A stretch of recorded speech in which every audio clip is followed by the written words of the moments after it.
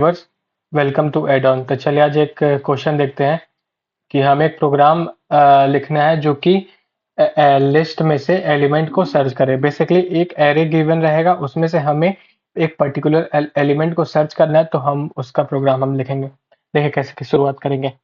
पहले तो ये मेन फंक्शन है, एक एरे डिफाइन कर रखा है हमने। इस ये जो n है एक इंटीजर n मतलब n टाइप का वेरिएबल है, जो कि इंटीजर टाइप का वेरिएबल है जो कि n है। ठीक है, अब क्या करेंगे, ये साइज ऑफ एरे, ये जो साइज ऑफ ऑपरेटर है वो एरे का जो साइज होता है वो बताता है। तो एरे का साइज क्या है, 1 2 3 4 5 इंटू 4 20 है। क्यों मल्टीप्लाई किया मैंने, क्योंकि ये जो 5 इंटू 4 इसलिए किया क्योंकि ये जो एक इंटीजर है वो 4 बाइट का होता है, तो इसलिए हमने 5 इंटू 4 किया तो आया 20 बाइट। अब क्या होगा, अब इसके बाद हमने ये साइज ऑफ मतलब एक का साइज क्या है, एक एक एलिमेंट का साइज है, जो आपका इंटीजर का एक साइज होता है, तो ये होगा 4। तो टोटल यहाँ पे n की वैल्यू क्या आएगी, n की वैल्यू आएगी 5। तो यहाँ पे n में हमारा 5 स्टोर हो गया। अब देखिए हमने एक टारगेट वेरिएबल ले रखा है, मान लीजिए हमको 8 को सर्च करना है कि वो कहाँ पे है। तो हमने एक ये फंक्शन बनाया है, लीनियर सर्च नाम का एक फंक्शन बनाया, उसमें हमने क्या पास किया, उसमें ये एक एरे, जो एरे हमारा वो पास कर दिया, जो एरे का साइज है वो पास कर दिया, और टारगेट वेरिएबल मतलब हमें क्या सर्च करना है वो हमने पास कर दिया। अब देखिए अभी हम इस फंक्शन पर आते हैं। अब ये जो फंक्शन है, यहाँ से हम सर्च कर लेंगे कि वो एलिमेंट हमारा क्या 8 इस एरे में प्रेजेंट है कि नहीं। तो कैसे करेंगे, यहाँ पे जो फंक्शन है उसे हमने किया, इसके बाद यहाँ पे इंटीजर ये हमने ले एरे एक लिया, फिर एक इंटीजर एन जो कि साइज बताया गया एरे का वो हमने लिया, और एक टारगेट वेरिएबल लिया। अब हम एक एक लूप चलाएंगे।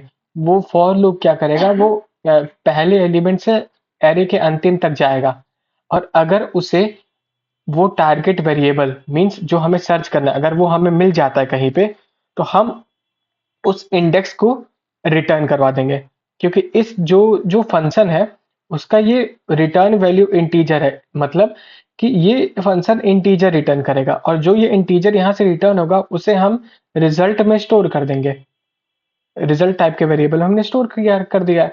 तो अब देखिए क्या किया है, यहाँ से जो इंट लीनियर सर्च है, यहाँ पे मान लीजिए पहले जो हमारा 8 है वो एरे के सेकंड इंडेक्स पे है, 0 1 2 सेकंड इंडेक्स पे है। तो यहाँ पे जो आई की वैल्यू हमें रिटर्न होनी चाहिए वो 2 रिटर्न होनी चाहिए। तो देखिए पहले 0th लेवल से मैं जो एरे ऑफ 0 क्या उसके 8 के बराबर है, नहीं है। क्या एरे ऑफ 1 8 के बराबर है, नहीं है। क्या एरे ऑफ 2 8 के बराबर है, हाँ है।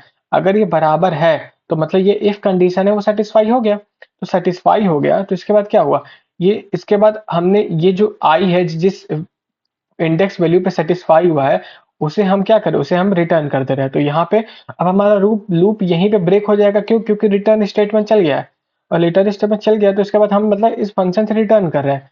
तो रिटर्न होके यहाँ पे हमारा जो रिजल्ट का वैल्यू है इसमें हमारा क्या स्टोर हो जाएगा, 2 स्टोर हो जाएगा। अब इसके बाद फिर से हम यहाँ पे इफ कंडीशन चेक किए। अब यहाँ पे देखिए क्या रिजल्ट की वैल्यू 1 है, नहीं है। तो इसका मतलब इफ कंडीशन ट्रू नहीं हुआ, तो इसका मतलब ये कोड तो चलेगा नहीं। तो अब हम एल्स वाले पार्ट में आएंगे। एल्स वाले पार्ट में आ गए तो देखिए यहाँ पे हमने ये प्रिंट करवा दिया, और यहाँ पे हमने उस जैसे रिजल्ट में हमारा क्या स्टोर था, रिजल्ट में हमारा उस वो जो वैल्यू जो जो एलिमेंट जिस एरे इंडेक्स पे प्रेजेंट है उसका इंडेक्स स्टोर था। तो यहाँ पे हमने उस एलिमेंट को प्रिंट करवा दिया, और वो एलिमेंट किस इंडेक्स पे प्रेजेंट है उस एलिमेंट को वहां पे प्रिंट करा दिया। तो this is the question. Thank you.